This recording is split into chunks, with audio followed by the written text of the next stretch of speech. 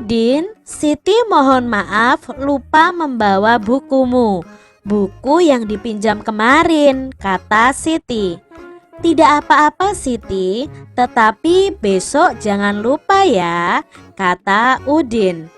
Adik-adik, dari percakapan ini siapa yang meminta maaf ya? Ya, Siti yang meminta maaf. Siti meminta maaf kepada siapa adik-adik? Ya, Siti meminta maaf kepada Udin. Mengapa Siti meminta maaf kepada Udin adik-adik? Karena lupa membawa buku yang dipinjam. Adik-adik, tentunya kalian masih ingat tentang kalimat permintaan maaf.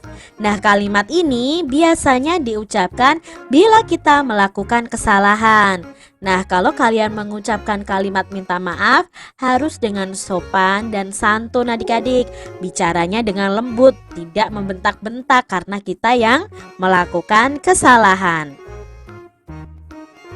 Adik-adik, coba kalian membuat percakapan antara Beni dan Dayu. Percakapan tentang permintaan maaf. Beni meminta maaf kepada Dayu karena Beni tidak dapat hadir pada ulang tahun Dayu. Beni juga mengatakan alasannya. Dayu pun memaafkan Beni. Nah, di sini Kak Citra akan memberi contoh percakapan antara Beni dan Dayu. Dayu, aku minta maaf ya, tidak bisa datang ke acara ulang tahunmu, kata Beni adik-adik. Iya Beni, tidak apa-apa. Mengapa kamu tidak bisa datang? Aku harus menengok kakekku yang sedang sakit, jawab Beni. Oh begitu, baiklah Beni. Terima kasih Dayu, selamat ulang tahun ya. Terima kasih Beni, semoga kakekmu juga segera sembuh. Itu tadi percakapan antara Beni dan Dayu. Beni meminta maaf kepada Dayu karena tidak bisa datang di acara ulang tahun Dayu. Adik-adik, Beni, Dayu dan teman lain akan bermain. Mereka akan bermain rangku alu. Nah, permainan ini berasal dari Nusa Tenggara Timur. Secara nasional, rangku alu disebut juga dengan tongkat bambu. Untuk bermain rangku alu adik-adik membutuhkan 4 batang tongkat bambu. Nah, tongkat bambu ini ukurannya harus sama panjang. Ini yang namanya permainan rangku alu adik-adik. Kalian harus berusaha supaya tidak terjepit di antara 2 bambu yang akan dimainkan oleh teman kalian. Adik-adik, Beni pun mengukur panjang bambunya. Panjang bambu diukur dengan meteran atau penggaris. Meteran dan penggaris adalah alat ukur panjang benda.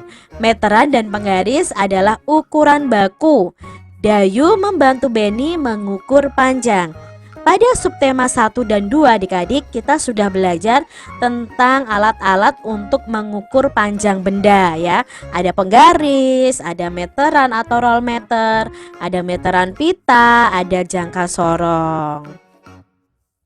Di sini adik-adik harus ingat bahwa 1 meter itu sama dengan 100 cm ya. Kita masih akan belajar mengubah satuan ini. Di sini Kak Citra punya contoh 3 meter itu ada berapa sentimeter. Ingat, kalau meter ke sentimeter bisa dikerjakan dengan 2 cara. Pilih salah satunya adik-adik. Yang pertama dengan cara perkalian. Kita tulis 3 meter dikali 100 cm. Nah, 3 dikali 100 sama dengan 300 cm. Atau kita memakai penjumlahan. Karena di sini 3 meter, maka kita tuliskan angka 100-nya ini sebanyak 3 kali. Berarti kita tuliskan 100 ditambah 100 ditambah 100. Jumlah keseluruhannya ada 300 cm. Sekarang kalau kebalikannya dari sentimeter diubah ke meter. Nah, di sini contohnya adalah 400 cm. Berapa meter adik-adik? Kita kerjakan dengan cara pembagian. 400 dibagi 100 cm ya. Nah, sekarang adik-adik harus tahu bahwa pembagian dengan angka 0 itu yang paling mudah. Kalau sama-sama punya angka 0, kita coret saja. Di sini punya angka 0-nya 2 dan kebetulan di sini juga punya 2. Jadi kita coret adik-adik ya, dua-duanya kita coret. Ketemu pembagian yang baru. 4 dibagi 1 sama dengan 4. Jadi jawabnya adalah 4 meter. Di sini Kak Citra punya soal cerita untuk adik-adik semuanya. Benny memiliki bambu berukuran 4 meter. Benny memotong bambu sepanjang 200 cm. Berarti bambunya kalau dipotong itu bertambah atau berkurang adik-adik? Ya, berkurang adik-adik. Nah, pertanyaannya, berapa meter sisa bambu yang telah dipotong? Di sini yang ditanyakan adalah berapa meter. Berarti kita tuliskan seperti ini adik-adik. 4 meter dikurangi 200 cm sama dengan titik-titik meter. Apakah kita bisa langsung mengerjakannya? Tidak bisa adik-adik. Karena apa? Karena di sini satuannya berbeda. Maka kita harus samakan dulu satuannya. Mana yang harus disamakan? Yang harus disamakan adalah yang 200 cm ini. Kita jadikan meter dulu karena harus dalam satuan meter. Jadi kita tulis begini, 4 meter dikurangi titik-titik meter. Jadi 200 cm akan kita ubah ke meter dulu, baru nanti akan diketahui hasilnya. Nah, kita coret-coret di sini adik-adik. 200 cm. Nah, 200 cm ada berapa meter? Ingat, cm ke meter bisa kita kerjakan dengan pembagian. Berarti kita tulis 200 dibagi 100. 100-nya ini dari mana? 100-nya ini dari 1 meter sama dengan 100 cm. Nah, sama-sama punya angka 0, kita coret adik-adik. Ya, ketemu pembagian 2 dibagi 1. 2 dibagi 1 sama dengan 2. Berarti 200 cm ini sama dengan 2 meter. Kita tuliskan di sini adik-adik, 2 meter. Sekarang semua satuannya sudah sama. 4 meter dikurangi 2 meter. 4 dikurangi 2 sama dengan, ya, 2. Berarti jawabnya 2 meter. Jadi sisa bambu yang telah dipotong ada 2 meter. Begitu adik-adik. Kak Citra punya contoh yang kedua. Ani memiliki pita merah sepanjang 1 meter. Pita tersebut dipotong 80 cm.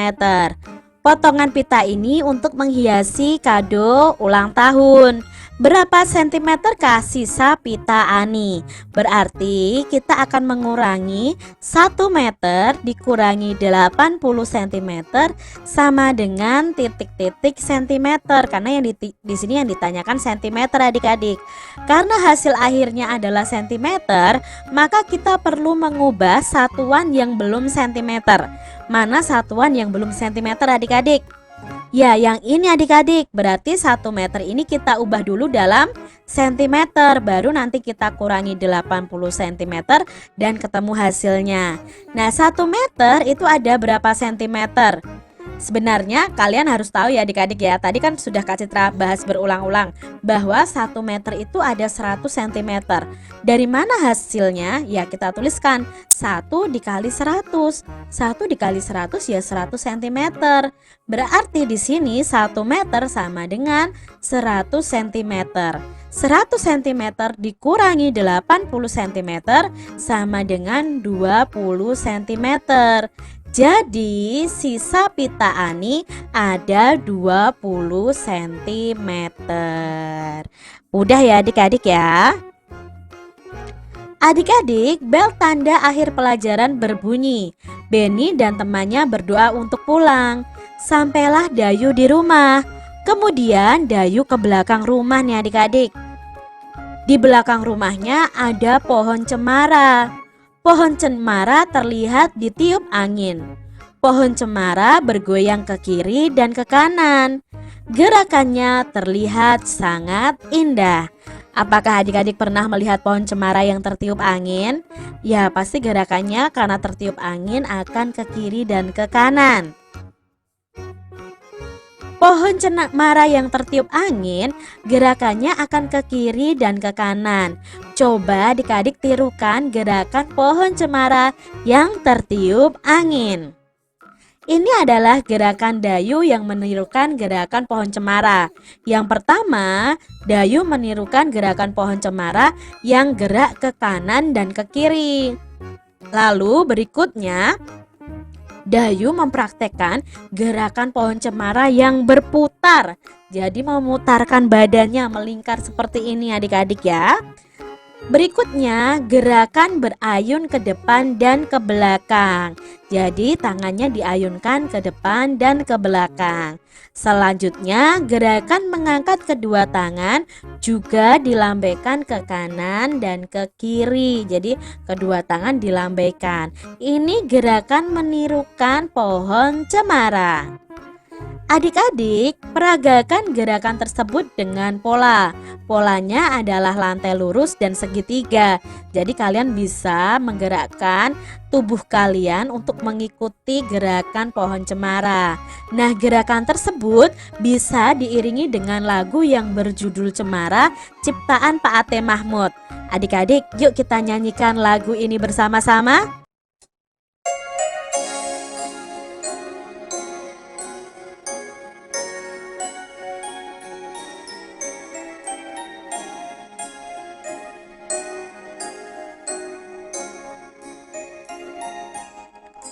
Cemara pohon ramping, daunnya halus langsing, bergerak-gerak kian kemari, seperti tangan penari. Ketika angin lalu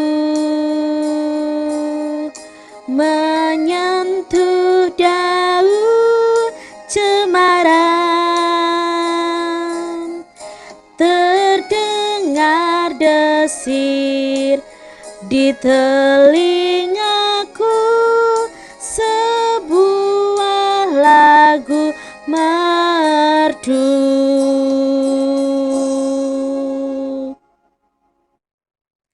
Itu tadi lagu Cemara ciptaan Pak Ate Mahmud. Adik-adik bisa mencari video atau lagu karaoke-nya di channel YouTube Kak Citra. Nanti linknya akan Kak Citra cantumkan di description box ya adik-adik ya. Kalian bisa klik linknya untuk mengarah ke lagu Cemara ciptaan Pak Ate Mahmud.